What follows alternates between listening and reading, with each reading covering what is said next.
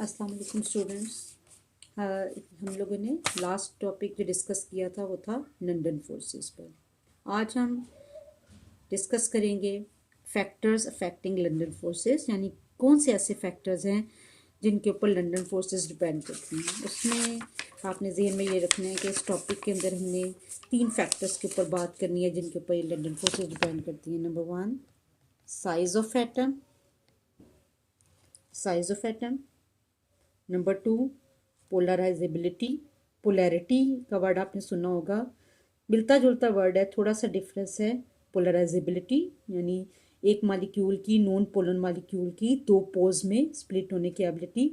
और number 3 factor जिस पे कि ये फोर्सेस डिपेंड करती हैं वो है number of atoms in non polar molecule. मैंने प्रीवियस लेक्चर में आपको बताया था कि ये फोर्सेस नॉन पोलर मालिक्यूल मसलन हीलियम, क्लोरीन, फ्लोरीन, आर्गन में एग्जिस्ट करती हैं। ये फोर्सेस 3 फैक्टर पर डिपेंड करती हैं। Number 1 size of atom, number 2 polarisability और number 3 number of atoms in non polar molecule. अब हम 1 बाय 1 इन फैक्टर्स को डिटेल में देखेंगे।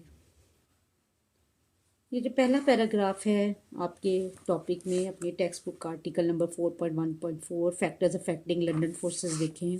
पुराने एडिशन में ये आर्टिकल नंबर थोड़ा सा चेंज भी है, लेकिन आप इसे गौर से ध्यान से देखिएगा। इसमें आपको पहले फैक्टर के ऊपर डिटेल में डिस्कशन बताई गई है, साइज ऑफ इलेक्ट्रॉनिक क्लाउड या एटम और मॉलिक्यूल का जो साइज़ है उसके ऊपर। एक ही बात है, साइज ऑफ एटम कह लें या size of electronic cloud of atom कह दें, इस पर आप हेडलाइन यूज़ कर सकते हैं, साइज ऑफ एटम। जब साइज ऑफ एटम लार्ज होता है तो उसकी डिस्पर्शन ईजी हो जाती है। डिस्पर्शन का क्या मतलब है, कल भी जो पिछला वाला लेक्चर था लंदन फोर्सेस का, मैंने उसमें आपको बताया था कि डिस्पर्स होने का क्या मतलब है। हीलियम की एग्जांपल लेके बताया था कि एक हीलियम का इलेक्ट्रॉनिक क्लाउड जब दूसरे के करीब आ जाता है तो दोनों एक दूसरे को वेव पुश कर देते हैं, जिसकी वजह से वो 2 पोज में डिस्पर्स हो जाता है। वो परमानेंट डाइपोल होता नहीं है, लेकिन 2 पोज में डिस्पर्स हो जाता है। पॉजिटिव न्यूक्लियस एक तरफ आ जाता है, इलेक्ट्रॉनिक क्लाउड दूसरी तरफ चला जाता है। तो जब एटम का साइज बढ़ता है तो उसकी डिस्पर्शन क्यों इजी हो जाती है, क्योंकि न्यूक्लियस और वैलेंस शेल दूर होते जाएंगे तो उतना ही जो वैलेंस शेल है उसके ऊपर न्यूक्लियस की अट्रैक्शन कम हो जाएगी। तो उसकी अट्रैक्शन कम हो जाने से की वजह से क्या होगा कि जब एटम करीब आएंगे और रिपल करेंगे तो डिस्पर्स होना आसान हो जाएगा। लेकिन अगर एक एटम छोटे साइज का होगा तो क्या होगा, न्यूक्लियस और वैलेंस शेल बहुत करीब होंगे, न्यूक्लियस की अट्रैक्शन वैलेंस शेल पर इतनी ज़्यादा होगी कि 2 एटम एक दूसरे को रिपल तो कर देंगे, लेकिन रिपल करने के नतीजे में डिस्पर्शन इतनी आसान नहीं होगी, क्योंकि न्यूक्लियस के और वैलेंस शेल में फासला कम होने की वजह से न्यूक्लियस का होल्ड उसके ऊपर बहुत टाइट होगा, वो आसानी से उसको 2 पोज में डिस्पर्स नहीं होने देगा। तो इनमें एग्जांपल आपको दी गई है कि ज़ीरो ग्रुप एलिमेंट्स की। ज़ीरो ग्रुप एलिमेंट्स किनको कहते हैं, ग्रुप नंबर 8 एको मेंबर्स को कहते हैं। तो ये जितनी भी मोनोटॉमिक गैसेस होती हैं ये ग्रुप नंबर 8 में मौजूद हैं। ये आपस में कोवलेंट बॉन्ड नहीं बनाती हैं क्योंकि आउटर मोस्ट शेल इनके कंप्लीट हैं। अगर हम इनके बॉइलिंग पॉइंट टेबल 4.1 अभी मैं आपको शो करती हूँ, अगर उसमें देखें तो इनके boiling point down the group increase होते हैं हीलियम से रेडॉन की तरफ जाते हुए, क्योंकि हीलियम का साइज़ छोटा है, रेडॉन का ज़्यादा है। हीलियम की डिस्पर्शन एबिलिटी कम है और लंदन फोर्सेस भी फिर वीक ही डेवलप होंगी। रेडॉन की डिस्पर्शन एबिलिटी ज़्यादा है, 2 पोज में जल्दी स्प्लिट होगा, इसलिए इसकी लंदन फोर्सेस ज़्यादा स्ट्रॉन्ग है और इस वजह से बॉइलिंग पॉइंट भी डाउन द ग्रुप जाते हुए इंक्रीज होते हैं। अब हम टेबल को देखते हैं। ये टेबल याद करना ज़रूरी नहीं है, लेकिन ये चीज़ देखना बहुत इंपॉर्टेंट है कि नोबल गैसेस में हीलियम का बॉइलिंग पॉइंट ये -268.6 शो किया हुआ है, फिर उसके बाद नियॉन का -245 उससे ज़्यादा है, आर्गन का -185.7 उससे भी ज़्यादा है, क्रिप्टॉन का -152.3 उससे भी ज़्यादा है, और सबसे ज़्यादा जो बॉइलिंग पॉइंट इंडिकेट कर रहा है वो जीनोन है -107.1। फ्लोरीन, क्लोरीन, ब्रोमीन और आयोडीन में भी यही है कि एक का -188.1 है, वीक लंदन फोर्सेस है, कम डिस्पर्शन एबिलिटी है, और इसके आयोडीन के अंदर ज़्यादा है। तो यहाँ तक हमारा पहला फैक्टर कंप्लीट हो गया। सेकंड फैक्टर मैंने आपको बताया था वो पोलराइजेबिलिटी था। पोलराइजेबिलिटी का भी डायरेक्ट ताल्लुक साइज़ के साथ ही है। जितना साइज़ बढ़ेगा, एक एटम की 2 पोज में डिस्पर्स होने की एबिलिटी बढ़ेगी तो हम कहेंगे पोलराइजेबिलिटी ज़्यादा है, यानी पोज में डिस्पर्स होने की एबिलिटी ज़्यादा है।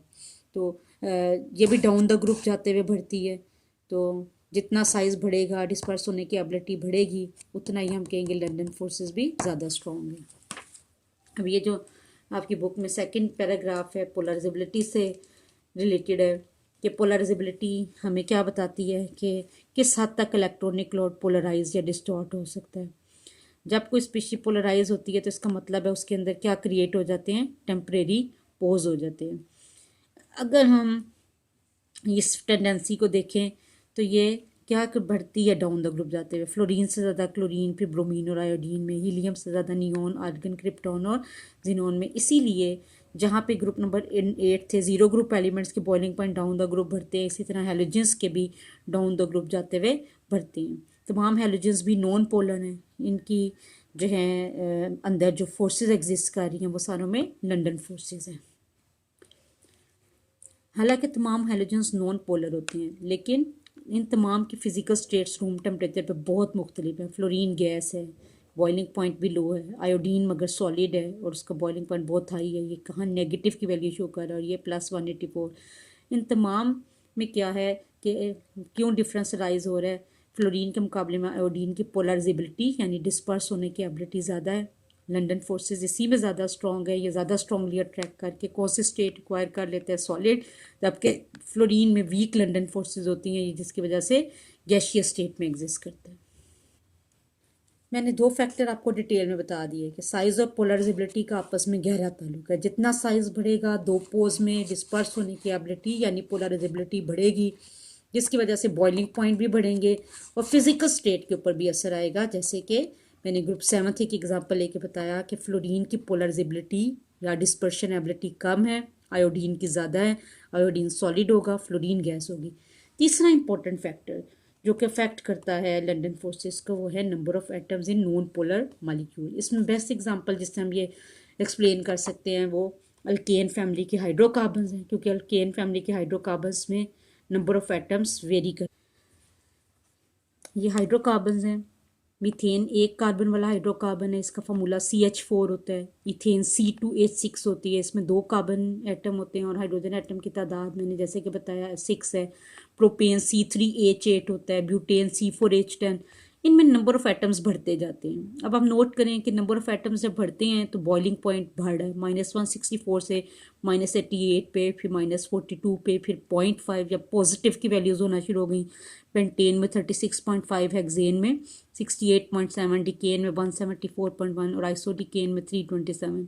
शुरू के मेंबर्स गैसियस स्टेट में और बाकी वाले मेंबर लिक्विड में और आइसोडिकेन सॉलिड फॉर्म में। इसको भी आप इसी बेसिस पे एक्सप्लेन कर सकते हैं कि मीथेन मॉलिक्यूल में नंबर ऑफ एटम्स कम हैं, डिस्पर्शन एबिलिटी कम है, लंदन फोर्सेस कम है, वीक है, जिसकी वजह से ये बॉइलिंग पॉइंट भी कम शो करता है और गैस है। जबकि बाकी मेंबर्स में जैसे जैसे चेन लेंथ बढ़ती है, नंबर ऑफ एटम ज़्यादा हो जाते हैं तो डिस्पर्स होने की एबिलिटी बढ़ जाती है और वो रूम टेम्परेचर पे गैस की बजाय लिक्विड की फॉर्म में एग्जिस्ट करती हैं और बॉइलिंग पॉइंट भी उनके हाई हैं।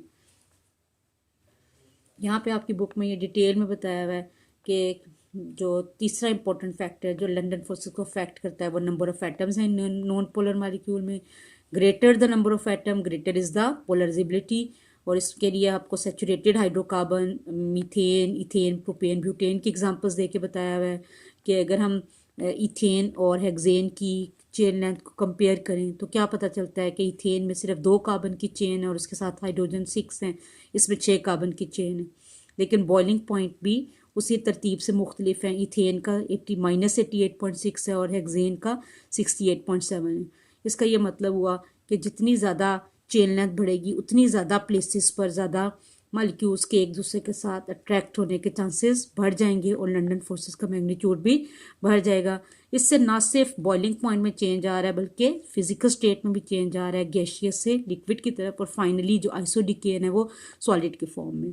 इसके साथ ही हमारा ये आज का टॉपिक कंप्लीट हो गया, जिसमें हमने फैक्टर्स अफेक्टिंग लंदन फोर्सेस देखे। पहला फैक्टर साइज़ था।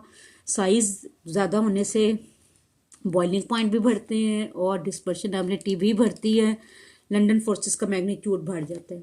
और साइज़ का ज़्यादा होना चूँकि डिस्पर्शन एबिलिटी को बढ़ा देता है तो पोलराइजेबिलिटी भी बढ़ जाती है। तो साइज़ और पोलराइजेबिलिटी दोनों एक दूसरे के साथ डायरेक्टली रिलेटेड हैं। साइज़ बढ़ेगा तो डिस्पर्शन एबिलिटी और पोलराइजेबिलिटी भी बढ़ जाएंगे और उससे बॉइलिंग पॉइंट भी बढ़ेगा। फिजिकल स्टेट में क्या चेंज आएगा, फ्लोरीन से आयोडीन की तरफ जाते हुए गैस से सॉलिड। और तीसरा फैक्टर हमने देखा कि जितने चेन में हाइड्रोकार्बन में सैचुरेटेड हाइड्रोकार्बन में नंबर ऑफ एटम्स ज़्यादा बढ़ेंगे उतनी ज़्यादा जगह पर अट्रैक्शन या डिस्पर्शन होने के चांसेस बढ़ जाएंगे। फिजिकल स्टेट में भी चेंज आएगा और उनके बॉइलिंग पॉइंट भी चेंज हो जाएंगे। Thank you very much. Next time हम नेक्स्ट लेक्चर पर जो है डिस्कशन करेंगे नेक्स्ट टाइप की इंटर मालिकुलर फोर्स जिसका नाम है हाइड्रोजन बॉन्डिंग।